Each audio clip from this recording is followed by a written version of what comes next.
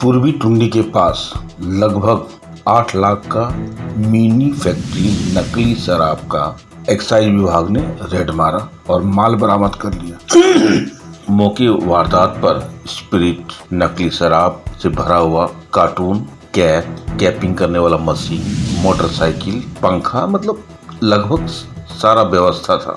अब सवाल यहाँ तक तो ठीक है, मगर ये कांड होता क्यों है? क्या कारण है कि इतनी शक्ति के बाद भी ये लोग सक्रिय रहते हैं?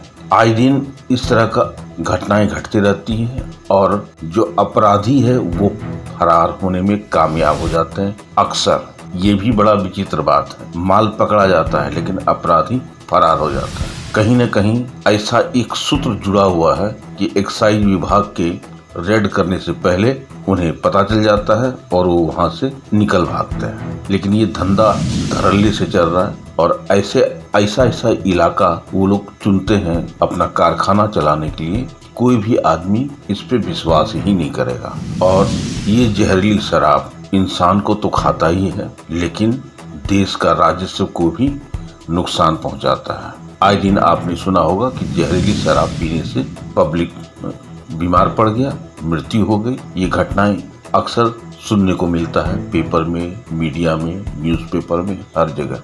मगर पब्लिक फिर भी थोड़ा सा सुविधा के लिए वो लोग ढाबे में चले जाते हैं, होटल में चले जाते हैं और होटल द्वारा दिया गया शराब का सेवन करते हैं। रेट वही लगता है और इससे सबसे ज़्यादा नुकसान उसे है जो गलत जगह पे गलत तरीके से शराब का सेवन करते हैं या खरीदते हैं। एक्साइज विभाग के कमिश्नर का कहना है कि जब भी आपको शराब खरीदने की बात आती है तो आप सरकारी विदेशी शराब दुकान से ही शराब खरीदें। वो 100% आपको वहाँ पे सही शराब मिलेगा। उससे आपका स्वास्थ्य भी सही रहेगा और झारखंड सरकार का राजस्व का भी लाभ मिलेगा। आइए देखते हैं एक रिपोर्ट। प्राप्त गुप्त सूचना के आलोक में एसएसपी महोदय द्वारा दिया गया सुरक्षा बल एवं उपायुक्त महोदया के निर्देश के आलोक में पूर्वी टिंडी के एक गांव जिसका नाम है कोल कमारडी, जो पंचायत चुरुरिया पंचायत के अंतर्गत है, थाना पूर्वी टुंडी, जामताड़ा के सीमा के नजदीक है।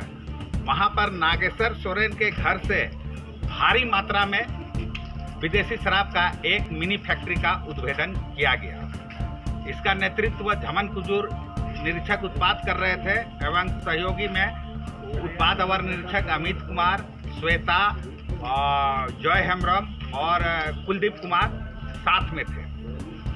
प्राप्त जो एग्जिबिट है, जो प्राप्ति की गई है, वो 60 पेटी आईबी और मैकडवल का विस्की के प्राप्ति की गई है और अनेक प्रकार के लेबल और ये कॉर्क, ढक्कन आदि की बरामदगी हुई है और तैयार किया हुआ दारू 500 लीटर एक सिंटेक्स से बरामद की गई है और 1610 लीटर स्प्रिट की बरामदगी हुई है जो 46 ये जार में है। एक पंचिंग मशीन की बरामदगी हुई है, एक मोटरसाइकिल की बरामदगी हुई है और विभिन्न ब्रांड के कैप और लेबल के बरामदगी हुई है और 40 बोरा में खाली शीशी की बरामदगी की गई है। इसके मुख्य अभियुक्त हैं संजय मंडल, पिता जोधर मंडल, कलियासोल के निवासी हैं। दूसरा है तपन मंडल, पिता शंकर मंडल, जो लटानी के निवासी हैं।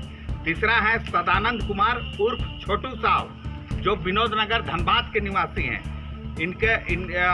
मकान मालिक जिनके यहाँ चल रहा था उनका नाम है नागेश्वर सोरेन।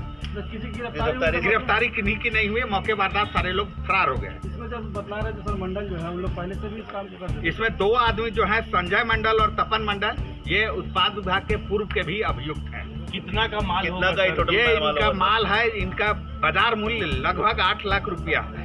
ये सर क्या अवैध तरीका, कंप्लीट रूप से अवैध है, नाजायज है। इसके सेवन से राजस्व के नुकसान के साथ साथ शारीरिक नुकसान की भी पूरी संभावना। किन क्षेत्रों में खपाए जाने की सभी सब लोगों का? ये धनबाद, गिरिडीह और जामताड़ा में विशेष रूप से बॉर्डर एरिया में पकड़े जाने का अर्थ यही हुआ कि इन तीनों जिला में खपाए जाने की इनकी भावी योजना। जो लोग नहीं पकड़े गए हैं उनके विरुद्ध अनुसंधान जारी है।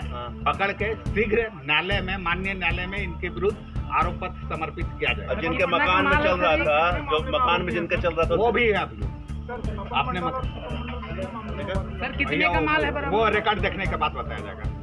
ये घटना बहुत बड़ी है क्योंकि आए दिन सुनने में आया है जहरीली शराब पीने से नुकसान हुआ है। राजस्व का तो नुकसान होता ही है, सबसे बड़ी बात यह है कि हेल्थ का सबसे बड़ा नुकसान होता है। और ये कार्रवाई इसलिए हो रहा है क्योंकि वो चंद पैसे के चक्कर में जो है ये सब सारे कांड करते हैं। तो हम सर से मिलना चाहते हैं, बताना चाहते हैं कि सर ये जो घटना है क्या इसके ऊपर किस ढंग से प्रतिबंध लगाए हैं?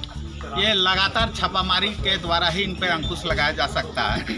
ये आर्थिक अपराध होने के कारण छोटे मोटे रकम कमाने के लिए गलत धंधों में लिप्त हो जाते हैं। इस पर बराबर निगरानी रखते हुए कार्रवाई की जाएगी। आज जो पकड़ा गया है ये पूर्व का ही उत्पाद विभाग का अभियुक्त भी रहा है और भविष्य में लगातार छापामारी करते हुए कार्रवाई किया जाएगी। सर लगातार कार्रवाई एक सवाल और है कि क्या इसका मानसिकता नहीं बदला जा सकता? प्रयास रहेगा। प्रयास तो हम लोग करते हैं कि लोगों का मानसिकता बदले और सरकार के द्वारा प्रदत्त शराब का ही सेवन करें। और सर दूसरी बात है कि क्या जो होटल में पीते हैं या जहाँ पे वह सावधान हो जाए, वैसे व्यक्ति सावधान हो जाए। मेरी यह आग्रह होगा कि सरकार के द्वारा निर्धारित दुकानों से ही शराब की खरीदारी करें और सेवन करें। अन्य स्थलों से खरीदारी करके सेवन करने से आपके जान माल के साथ साथ सरकारी राजस्व का भी नुकसान है। जी सर, ये मैं सचेत और सावधान करता हूँ धनबाद के वासियों। Thank you sir.